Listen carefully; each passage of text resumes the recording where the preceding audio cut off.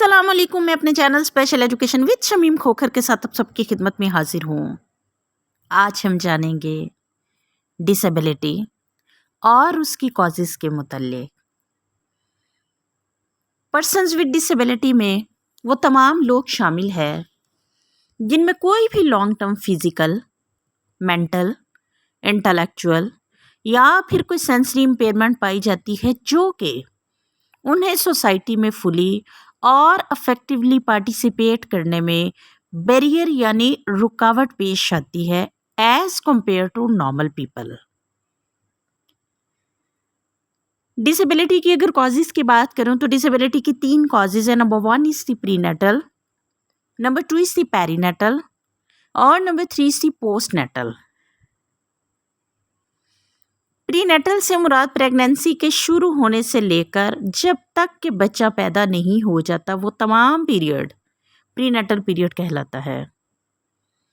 Perinatal से मुराद immediately before और after birth यानी eight the time of birth का पीरियड जो वो पेरीनेटल कहलाता है। जबकि पोस्टनेटल आफ्टर बर्थ जितना भी पीरियड है वो सब पोस्टनेटल या फिर पोस्टपार्टम कहलाता है।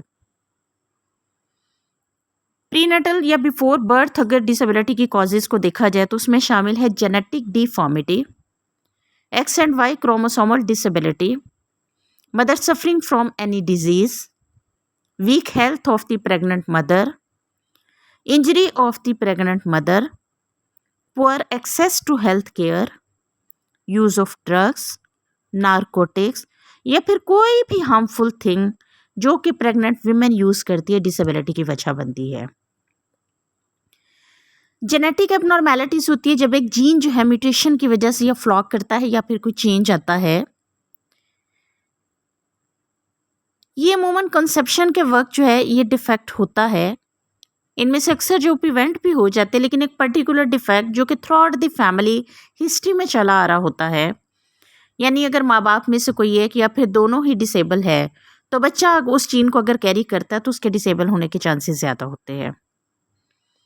एक्स एंड वाई वेरिएशंस की वजह से एक बच्चा जो उसमें फिजिकल, इंटेलेक्चुअल, इमोशनल और सोशल डेवलपमेंट जो है वो मुतासिर होती है। इस वेरिएशन की वजह से शॉर्ट स्टेचर यानी छोटे कद के लोग पैदा होते हैं जिन्हें हम बोने भी कहते हैं। पबर्टी डिसऑर्डर पैदा होते हैं यानी टाइम से पहले लड़के या लड़कियों में बुलूगत का आ जाना या फिर वक्त से बहुत लेट हो जाना। लड़कियों में जो है वो लड़कों की खसूसियात का पैदा होना और लड़कों में लड़कियों की खसूसियात का पैदा हो जाना। इसके अलावा स्पीच प्रॉब्लम यानी बोलने के इश्यूज होते हैं, मसल टोन इश्यूज होते हैं और अटेंशन प्रॉब्लम्स भी होते हैं यानी वो किसी चीज़ पर कंसंट्रेट नहीं कर पाता।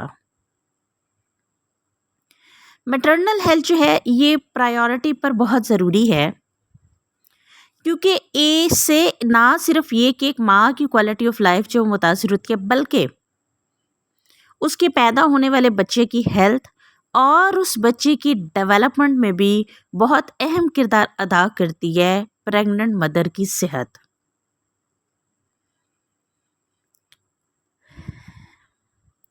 इंजरी ऑफ प्रेग्नेंट मदर की अगर बात करूं तो AAFP American academy of family physician के मुताबिक ज़्यादातर जो एक्सीडेंट्स हैं वो मोटर व्हीकल से होते हैं। प्रेग्नेंट वीमेन में जो ट्रॉमास देखे गए 50% के जो रीज़न और 82% फीटल डेथ के रीज़न जो है वो कार क्रैशेस होते हैं। इसके अलावा दूसरी कॉमन इंजरीज होती है जैसे माँ का गिर जाना, स्लिप हो जाना, एक अनबोर्न चाइल्ड के लिए जो है ये नुकसानदेह होता है। ज़रूरत इस बात की है कि AAFP कहता है कि फीटल इंजरी और लॉस जो है 60 to 70% माइनर ट्रॉमास की सूरत में होता है। Poor access to health care बच्चे और माँ दोनों के लिए डेवलपिंग कंट्रीज में बहुत बड़ा मसला है, यानी हेल्थ केयर सर्विसेज तक रसाई ही नहीं हो पाती जो डिसेबिलिटी की वजह बनता है। वो वीमेन जो कि प्रेग्नेंट है उनका HIV, सेफिलिस और रुबेला की स्क्रीनिंग बहुत ज़्यादा ज़रूरी है। रुबेला जिसे हम जर्मन मीजल भी कहते हैं ये एक वायरस है जो कि अमूमन प्रेगनेंसी के दौरान औरतों को अफेक्ट करता है और स्पेशली प्रेगनेंसी के फर्स्ट 3 मंथ में अगर ये माँ को अफेक्ट कर जाता है तो बच्चा जो है वो डिसेबिलिटी को ले लेता है।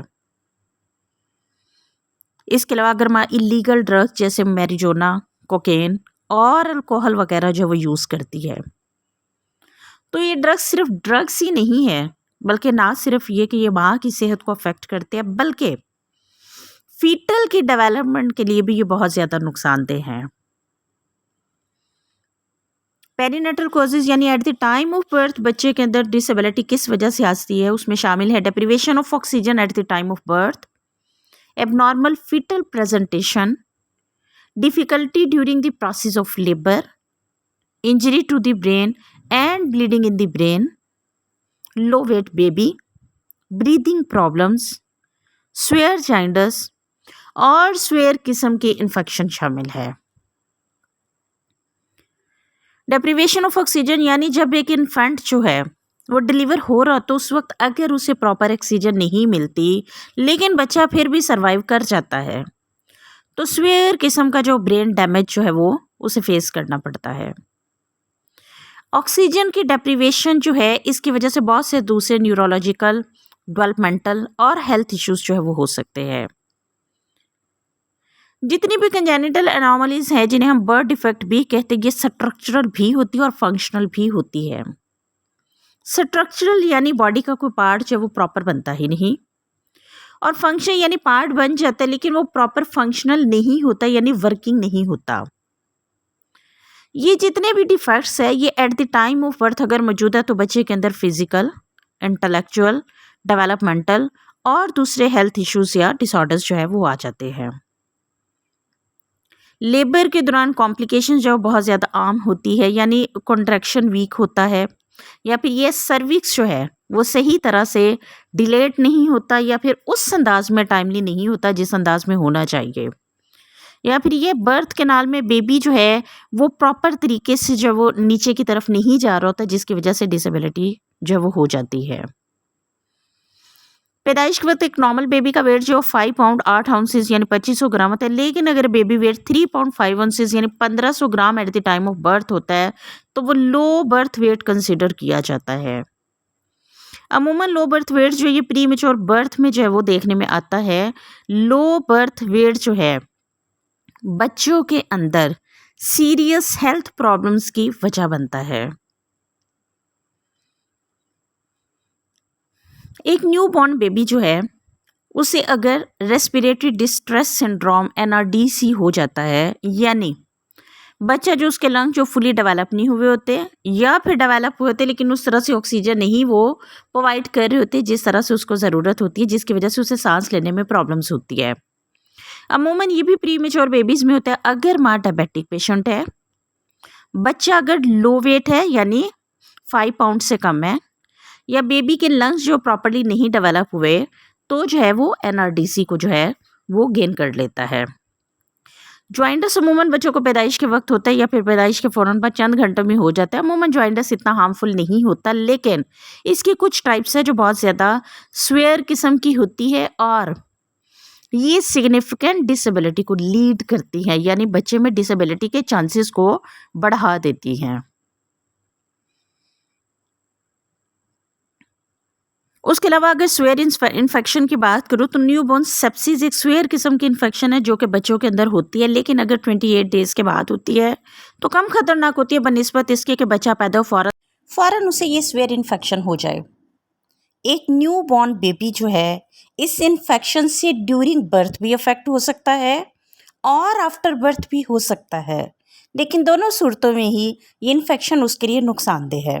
इसे ब्लड स्ट्रीम इन्फेक्शंस भी कहते हैं। पोस्टनेटल कोजेस की अगर बात करें तो उसमें शामिल है इन्फेक्शंस यानी मेनिंजाइटिस और एन्सेफेलिटिस, दूसरी जो है वो ट्रॉमेटिक ब्रेन इंजरी, और तीसरी एनवायरमेंटल कोजेस है जो कि डिसेबिलिटी की वजह बनते हैं। सबसे पहले अगर बात करूं मेनिंजाइटिस की तो मेनिंजाइटिस जो है ये बैक्टीरियल भी होती है और वायरल भी होती है।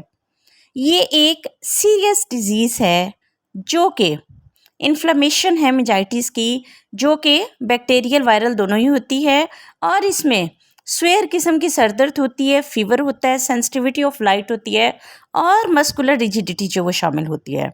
इंसेफेलिटिस की अगर बात करो तो ब्रेन की इन्फ्लामेशन है, इसकी स्वेरिटी और सिम्टम्स जो पर्सन टू पर्सन वेरी करते हैं।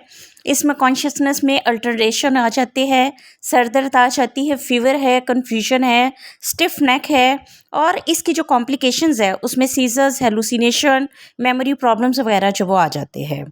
फिर आती है ट्रोमेटिक ब्रेन इंजरी। की ब्रेन इंजरी इसको इंट्राक्रैनियल इंजरी भी कहते हैं। ये एक्सटर्नल फोर्स की वजह से होती है। टीबीआई जो है इसको स्वेरिटी के हिसाब से माइल्ड टू स्वेयर में जो है वो क्लासीफाई किया जा सकता है। यूजुअली अगर एक ऑब्जेक्ट जो है ब्रेन के टिश्यू से गुजर के जाता है, जैसे बुलेट वगैरह है, तो टीबीआई की वजह बनता है। टीबीआई अगर जो है माइल्ड किस्म का है तो उसके आरजी जो है वो ब्रेन सेल्स को अफेक्ट करती है। लेकिन अगर सीरियस ट्रोमेटिक ब्रेन इंजरी है तो फिर ये है उसमें कि ये bleeding होती ब्लीडिंग है या फिर ब्रेन भी डैमेज की हो सूरत में सकता जो है। है वो इन सामने इंजरीज की आती वजह है। से जो लॉन्ग ये टर्म इंजरीज जो कॉम्प्लिकेशंस है होती है लॉन्ग टर्म या समटाइम्स कॉम्प्लिकेशंस भी इसके नतीजे में होती है और बंदे एनवायरमेंटल की मौत कॉजेज भी आ वाकई जाती है हो जिसमें लैक सकती ऑफ है। लव है, उसके बाद सिक्योरिटी एनवायरमेंटल है, कॉजेज जो मोटिवेशन है, डिसेबिलिटी की वजह डिसिप्लिन बनती है, है, पॉवर्टी जिसमें है, लैक ऑफ लव अब्यूज है, है। ये मेलन्यूट्रिशन तमाम है, कॉजेज जो है सिक्योरिटी है, ये डिसेबिलिटी की मोटिवेशन वजह है, बनती है, डिसिप्लिन है, स्पेशली जो पॉवर्टी इस है, वजह से अब्यूज है इंटेलेक्चुअल और अंडर डिसेबिलिटी जो है स्टिमुलेशन। वो इसके होती अलावा है। और बहुत सारी कॉजेज है जो कि उम्मीद डिसेबिलिटी करती हूँ मेरी खास तौर आज की पर वीडियो आपको इंटेलेक्चुअल पसंद आई डिसेबिलिटी की होगी। वजह बनती अल्लाह है। हाफिज। उम्मीद करती हूँ मेरी आज की वीडियो आपको पसंद आई होगी। अल्लाह हाफिज।